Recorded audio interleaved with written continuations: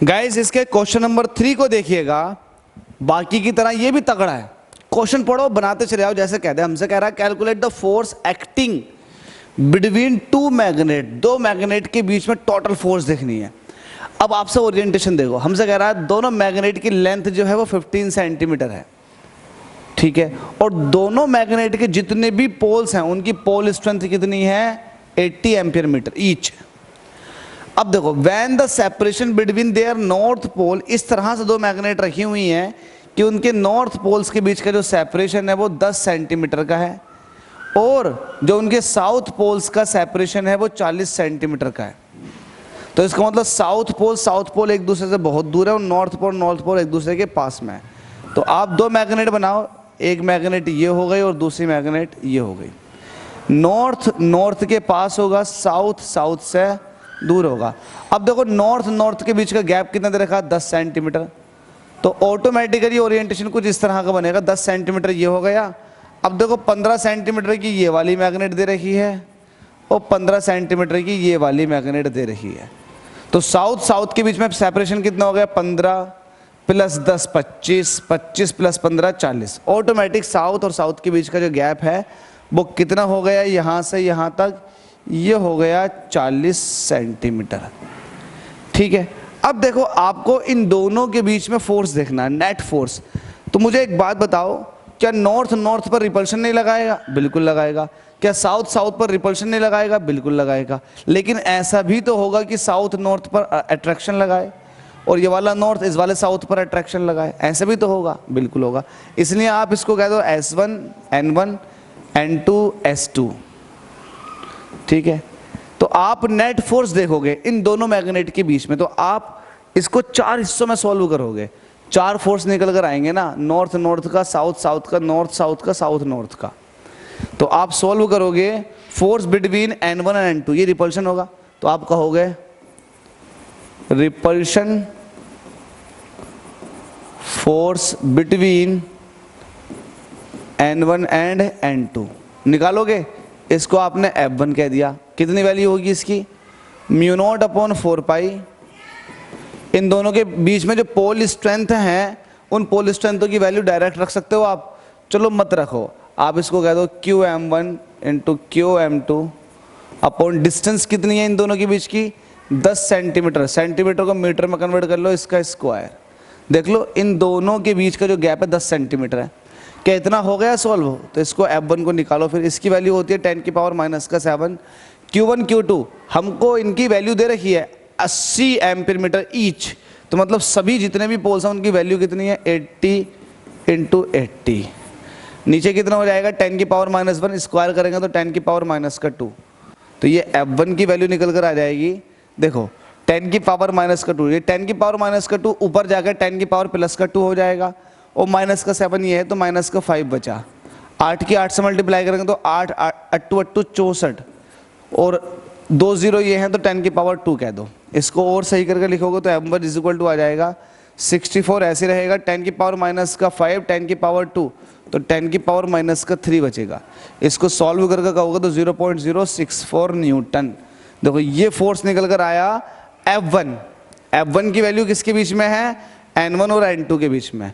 आप कहोगे force between, अब देखो आप जो है साउथ के बीच में दिखाओ तो ये रिपल्शन फोर्स होगा, तो आप इसको भी कहोगे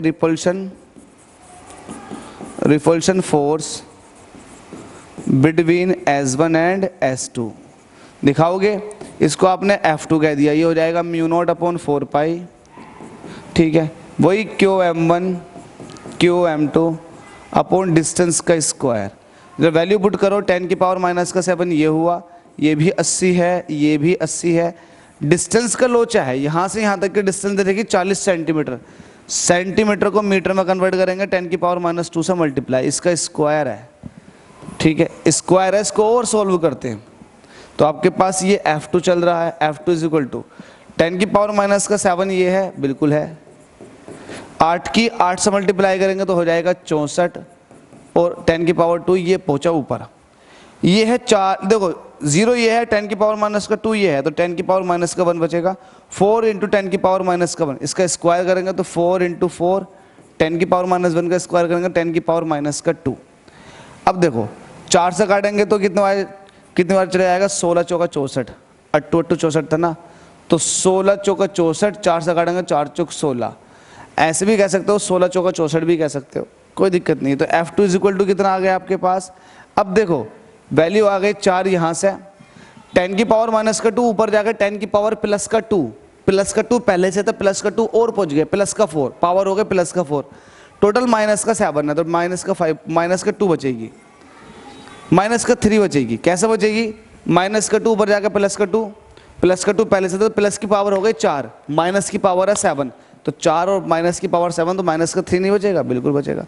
इसको आप ये कह सकते हो 0.004, ये कहोगे कि नहीं ज़्यादा जीरो लगा दिए, 0.04 नहीं भाई सही लगाया था, 0.04 ये आ गया, इतने न्यूटन का ये फोर्स लग रहा है साउथ साउथ के बीच में।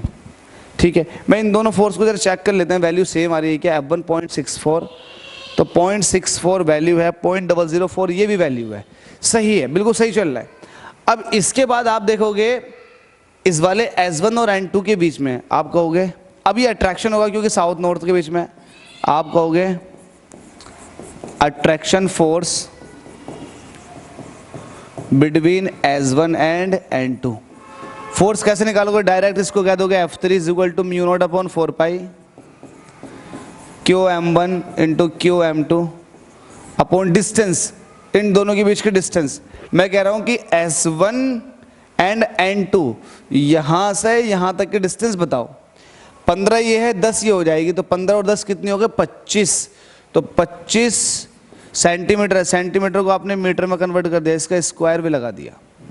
ठीक है, इसको और सॉल्व करके दिखाता हूँ, यहाँ दिखा देता हूँ, पहले ये सॉल्व किया, इसके बाद ये, अब यहाँ पर अभी एक लाइन नीचे और आ सकती थी, लिख देते हैं F3 इज इक्वल टू, ये हो जाएगा 10 की पावर माइनस का 7, और ये देखो 80 इसकी है, 80 इसकी है, 80 इसकी वैल्यू है, 80 इसकी वैल्यू है, तो आप इसको वही कहोगे 64 इंटू 10 की पावर 2, जैसा ऊपर कहा था। नीचे कितना हो जाएगा, 25, दो बार लिखोगे 25 इंटू 25, 10 की पावर माइनस 2 का स्क्वायर करोगे तो 10 की पावर माइनस का 4। इसको सॉल्व कर लेते हैं, सॉल्व करेंगे F3 इज इक्वल टू कितना आ जाएगा, सॉल्व करेंगे कितना आएगा, 10 की पावर माइनस का 7 ये है, और 10 की पावर प्लस का 2 ये है, तो 10 की पावर माइनस का 5 तो ये बचा। ठीक है, 64 ऊपर था, बिल्कुल ऐसे रहने दिया।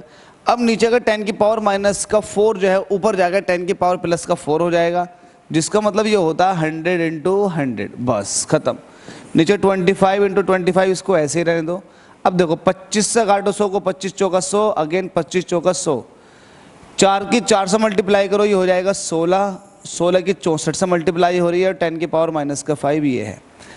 अब 16 की 64 से मल्टीप्लाई करके दिखा दो और आंसर लिख दो, 6 चौक 24 का 4 कैरी 2, 6 36 और 2 38 का 38, और ये 4 और ये 6 ऐसे बचा, 4 8 4 12 का 2, हासिल का 1, 6 3 9 और 1 10 का 10 1024, वैल्यू आ गई 1024। तो इसको आप इस तरह से दिखाओगे 1024 इंटू 10 की पावर माइनस का 5, इसको सही करके दिखाओगे तो आएगा 0 पॉइंट। अब देखो पॉइंट जो है वो यहाँ पर है, 10 की पावर माइनस का 5 है, पावर खत्म करो तो ये कितने प्लेस पे खिसकेगी, 5 प्लेस पे पॉइंट खिसकेगा, 1 2 3 4 और 1 5, तो ये आएगा, ये वैल्यू आएगी 0.010 न्यूटन।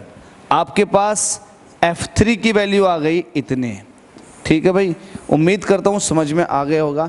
अब मुझे जरा F3 के साथ साथ अब एक और बचा है, ये फोर्स आपने किस किस के बीच में निकाली थी, S1 और N2 के बीच में। कहाँ लिखा आपने, S1 और N2 के बीच में। अब ये फोर्स चेंज क्यों हो रही है, क्योंकि डिस्टेंस अलग अलग आ रही है।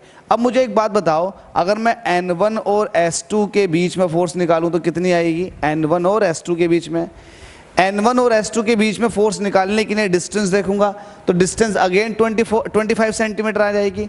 जब डिस्टेंस सेम आ जाएगी तो फोर्स की जो वैल्यू आएगी वो इतनी ही आएगी, क्योंकि जो वैल्यू चेंज कर रहा है फैक्टर वो कर रहा है डिस्टेंस वाला। बाकी μ0/4 पाई ये तो कांस्टेंट है, और जो पोल स्ट्रेंथ दे रखी है ये भी कांस्टेंट है। तो जो वैल्यू चेंज हो रही है वो हो रही है डिस्टेंस है। अगर डिस्टेंस सेम है तो वैल्यू सेम निकल कर आएगी।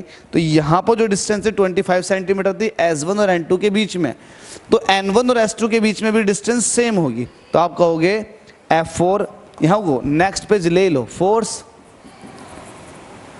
और फोर्स भी कौन सा वाला, अट्रैक्शन वाला, तो आप लिखेंगे अट्रैक्शन फोर्स बिटवीन किस किस के बीच में था, N1 and S2, N1 and S2। तो भाई फोर्स कितना हो जाएगा, इसको कहोगे आप F4। इसकी वैल्यू भी 0.010 न्यूटन ही निकल कर आएगी। अब देखो दो फोर्स हैं अट्रैक्शन और दो फोर्स हैं रिपल्शन। अगर आप ध्यान से देखेंगे तो रिपल्शन जो फोर्स है उनकी वैल्यू, उनके मैग्नीट्यूड ज़्यादा आ रहे हैं। एक आ रहा आपके पास 0.04 और एक आ रहा आपके पास 0.064, जबकि जो अट्रैक्शन वाले फोर्स आ रहे हैं 0.10 ये कम आ रहे हैं। तो यहाँ पर जो दबदबा रहेगा, प्रेशर रहेगा, वो रहेगा बड़े वाले फोर्सों का जिनकी वैल्यू ज़्यादा आ रही है, वो है रिपल्शन वालों का। तो आप कहोगे एफ नेट, जो नेट फोर्स लग रहा होगा, रिपल्शन वाले फोर्सेस को ऐड कर दो और उसमें से माइनस कर दो, रिपल्शन वाले फोर्सेस को ऐड करके माइनस कर दो अट्रैक्शन वाले, तो आपके पास वैल्यू कितनी आएगी।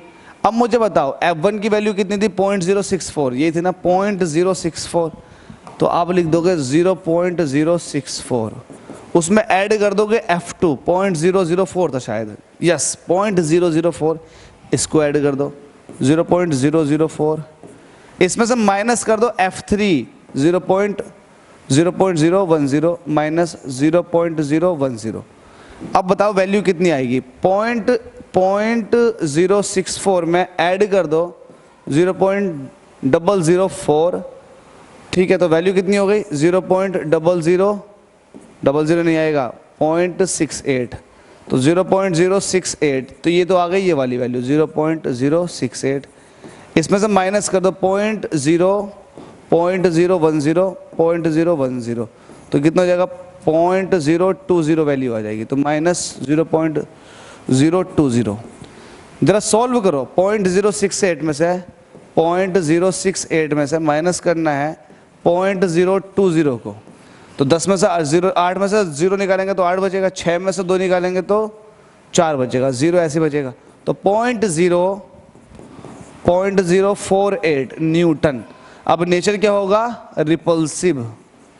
रिपल्सिव नेचर होगा। ध्यान रखना, आपने नेट फोर्स निकाला और नेट फोर्स का नेचर भी क्या है, रिपल्सिव।